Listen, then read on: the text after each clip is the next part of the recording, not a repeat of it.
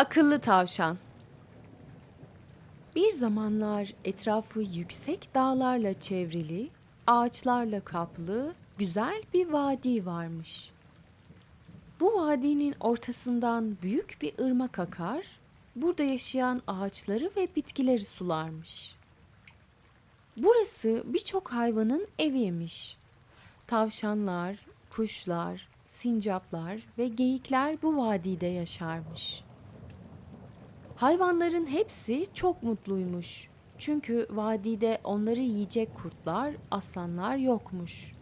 Ama bir gün dağlardan aşağı inen bir kurt vadiye gelmiş. Gelir gelmez de zavallı hayvanları avlamaya, onları bir bir yemeye başlamış. Kovaladığı hayvanlar onun pençelerinden çok nadiren kaçabiliyorlarmış. Herkes bir gün avlanma sırasının kendisine geleceğini düşünerek endişeleniyormuş. Endişeli hayvanlar yaşlı baykuşa gitmişler ve kurdu vadiden göndermenin bir yolunu söylemesini istemişler. Baykuş, dişleri ve pençeleri vadideki bütün hayvanlardan daha güçlü olan bu kurtla savaşmanın bir yolu olmadığını, kurtla birlikte yaşamaya alışmaları gerektiğini söylemiş. Hayvanlar her gün kurdun yemeği olma korkusuyla yaşayamayacaklarını söylemişler ve çaresizce bir plan yapmışlar. Her gün diğerleri tarafından seçilecek bir hayvanın gidip kendini kurda yedirmesine karar vermişler. Böylece diğer hayvanlar kurdun o gün yemek yediğini bilecek ve onları avlamayacağından emin olacaklarmış.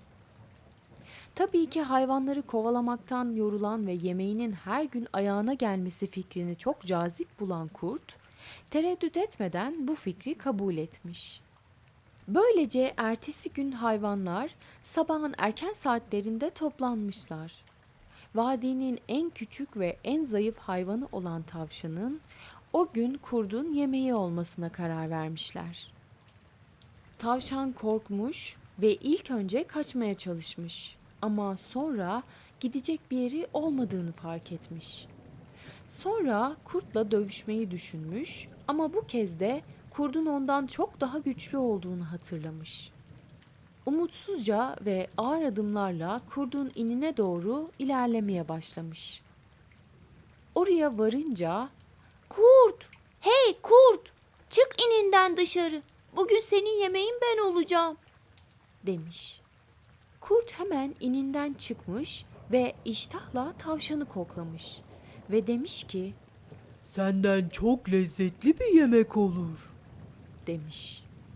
Bu vadide hayvanların bana kendilerini yemek olarak sunacakları 40 yıl düşünsem aklıma gelmezdi.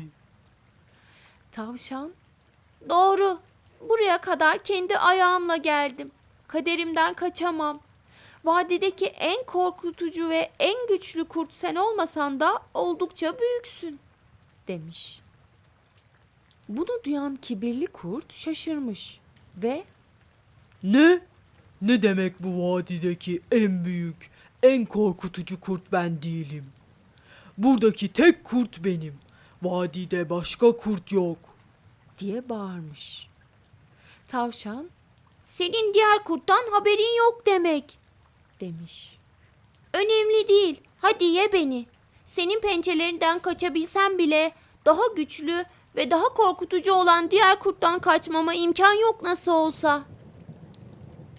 Kurt tavşanın bu sözleri karşısında çok sinirlenmiş.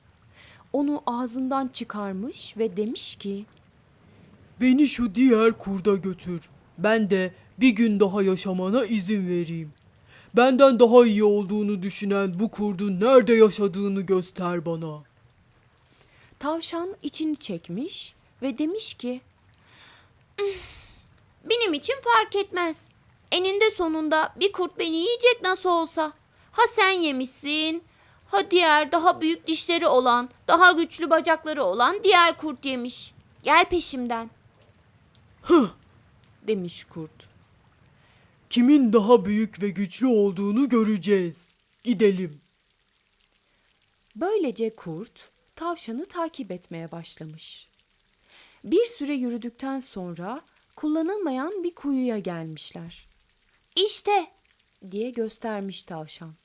Senden daha güçlü ve daha acımasız olan diğer kurdun ini burası. Kuyudan aşağı bakman yeter. Onu orada görürsün. Yemeğini yemiş dinleniyordur. Bunu duyan kurt kuyunun duvarına atlamış ve karanlığa doğru eğilmiş. Bir şey göremiyorum. Çok karanlık. Demiş kurt. Dikkatli bak. Eminim oradadır. Kafanı iyice eğ. Onun da sana baktığını göreceksin. Diye cevap vermiş tavşan.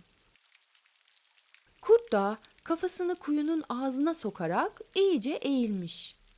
Biraz sonra gözleri karanlığa alışınca kurt kuyunun dibindeki suda kendi yansımasını görmüş. Yansımasını başka bir kurt sanmış. Oha! Seni gördüm korkak kurt. Diye kuyuya bağırmış. Kurt bağırır bağırmaz kuyunun dibinden kendi sesi yansımış. Bana korkak mı diyorsun sen? Bu ne cüret? Gel buraya da kim daha büyükmüş görelim. Diye bağırmış kurt. Ama yine kuyudan yansıyan kendi sesini duymuş. Kurdun kuyudaki yansımasıyla kavga ettiğini gören tavşan, Bence o buraya gelmeyecek. Daha büyük, daha korkutucu olan kurdun diğerinin arkasından gitmesi lazım. demiş. Tavşanın sözlerini duyan kurt, hiç tereddüt etmeden sudaki yansımasını kovalamak için kuyuya atlamış. Ancak kurt, yüzme bilmediği için eski kuyudan hiç çıkamamış. Küçük, güçsüz tavşan sayesinde vadi kurttan kurtulmuş.